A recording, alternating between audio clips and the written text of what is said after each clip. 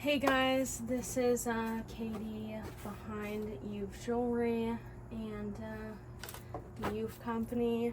I'm going to be showing you how I currently am making signet rings using a sand casting method with some pretty common household tools, a few things off of Amazon, and something you can do in your backyard, you know. If you want to make stuff, you got to do it with whatever you have. So don't hate, just chill and watch the video. Okay, so hopefully you can see everything I'm doing. I just got out all of my tools and I'm just going to set up the mold. Normally when you set up the mold, you want to make sure that you have the male side down when you pack the sand. I've seen videos of other people who like cut their sand and stuff and make sure it's like really nice, like with a roller and stuff, but I don't really do that. I don't know why. But you can do it however you want, honestly. And I see people who also have a hammer, but I don't really have one that I would prefer for something like this, so I just use my hand, which is probably kind of like, I guess I would say ghetto. So I don't know, it just depends. That's why I sent those tutorials, because not everything I do is like the way that you're supposed to do it. I don't really record a lot of videos either, because obviously the space that I have is not like necessarily appealing. So once I have my bottom or the male side is the one that you can see the thing in where it comes out. I just put this on and I twist it back and forth to get all of that grain outside of the corners. So when you go to put, you'll see what I'm talking about in a second. When you go to put the other side on, it's not like more difficult than it needs to be. Another tip I would do, obviously I think people make this flat because if you were to sit here and push on it, it's going to push that sand up and it's going to ruin your mold. I just know not to do that, so it's not really a big deal for me personally. So I just use the baby powder and set it up so that your sides don't stick when you stick them together. And then I coat the rings on the inside and the outside the best that I can with the baby powder. That's what the little brush is for. So that the sand does not stick to your ring, because that's pretty freaking irritating when it does. And then you're just going to push your ring down into your mold. This is one half of it. Hopefully you can see what I'm doing. And then you'll just put your other side on. And the reason why you want to get a lot of the grit out of there is so that you can line up your sides perfectly, because you don't want your mold to be uneven. So now I'm just going to fill the second side, and I've watched videos of other people do this, and my molds have come out a lot better after I started doing this. They'll just put a little bit in and they pack it pretty hard around the mold that you have. So it just like really encases the thing that you're trying to cast.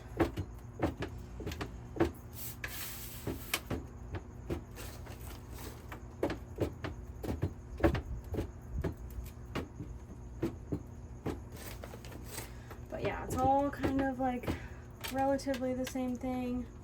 Just depends on what you want to do, and I like to get things done fast, so. And this doesn't hurt either. I literally just use the sides of my hand. That's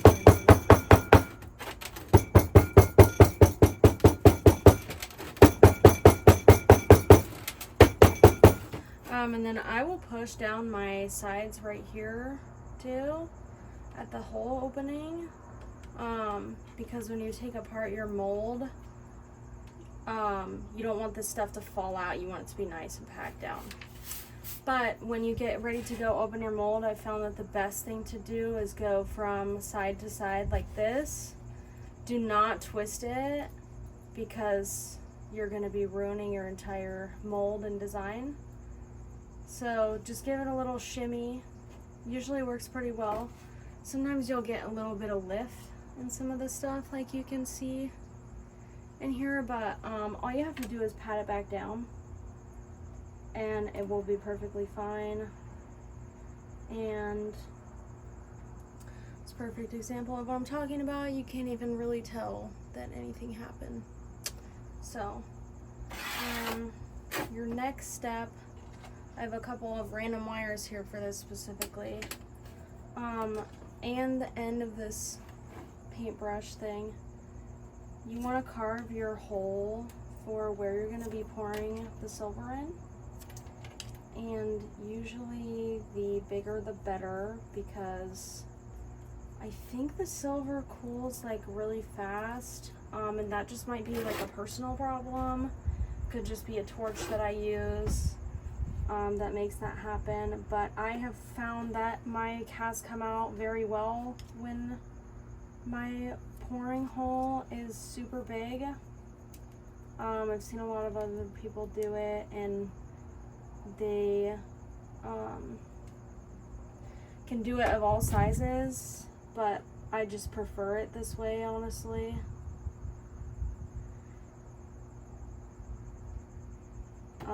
Because I don't like to have to recast, because the mold and making the mold and stuff kind of takes a long time. But I will give you an example of what I mean in a second. And if you ever have any like sand that kind of falls out in the middle or whatever, it's really not that big of a deal. If you just blow on it like pretty well, turn it upside down, gravity's your friend, you know, most of the time it'll come out.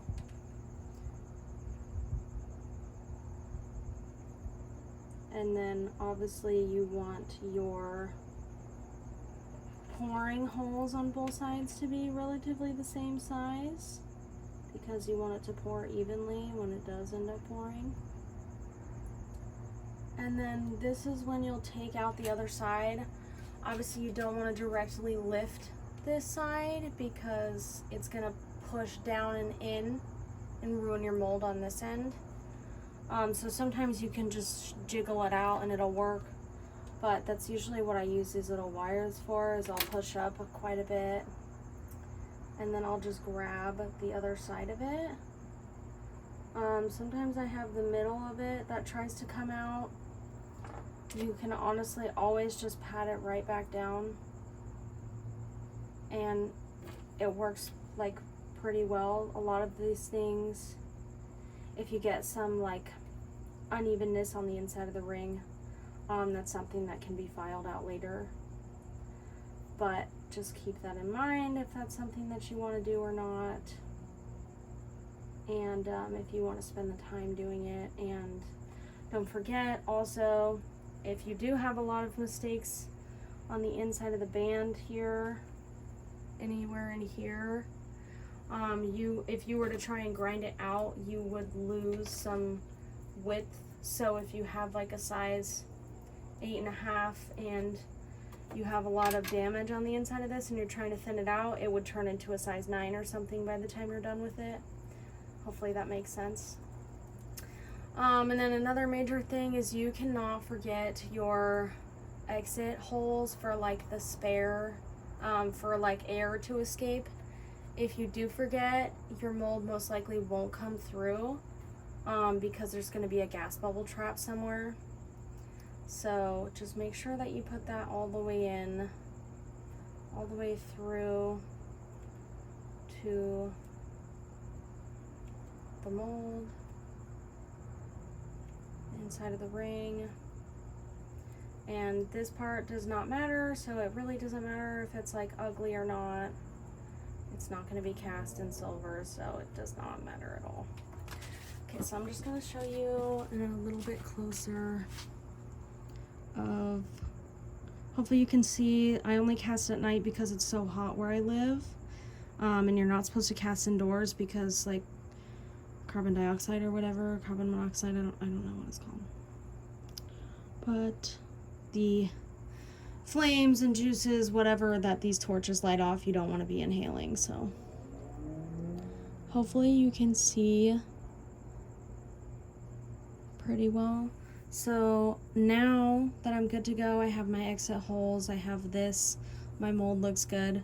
You can literally just piece it back together. And this is why I said that you want to screw them sideways back and forth before you make one half of it, because it'll be a hell of a lot easier to screw this back on and not ruin the mold when you don't have grain in between getting in the way.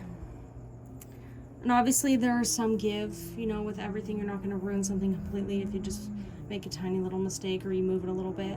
You can always take it out, take it back apart, look at it. It's not ruined as soon as I put this on. It really looks exactly the same. So just something to keep in mind. You can clearly see a hole down in here, and that's the base of the ring. Normally when I go to cast the silver, I will show you how I set that up. Okay, so I don't know if I'm going to assume that you have used a torch before, but just in case if you have not, it's just a simple butane torch. This is how you screw it on. Actually, it's propane, I think. I don't think it's butane. Yeah, it's propane. You can use propane. You turn on the gas, press the button. It's pretty loud, so keep it in mind. These are my gloves because the mold is pretty hot after you pour hot silver into it. Who would have thought? I have a little soldering board because this gets pretty hot when you're done with it. Normally when you get a crucible, you have to season it beforehand, and that's something that I have not done before, and I didn't really read about it before I did it. Kind of just freeballed it, but basically you want to heat this up with your little silver prongs that are holding this. You want to heat it up, and then you can pour some borax in there, and it's gonna like pop and fly around and be crazy, but it's basically going to make like a clear glaze that's going to coat this entire thing so that your metals can flow out of it and not stick to the plastic or the plaster or ceramic, whatever the hell this thing is. So hopefully that makes sense. I have really only needed to I forget what the word is, recoat it one time. And I don't think I really needed it. You really don't need a lot, because when you start to pour it, if you use too much, you're gonna have to make and pour out some of it, and that's what these are. It's literally just like little glass pieces. And I pour this out because it kind of gets in the way a little bit when it's too like thick. So that's just something that you have to learn as you go.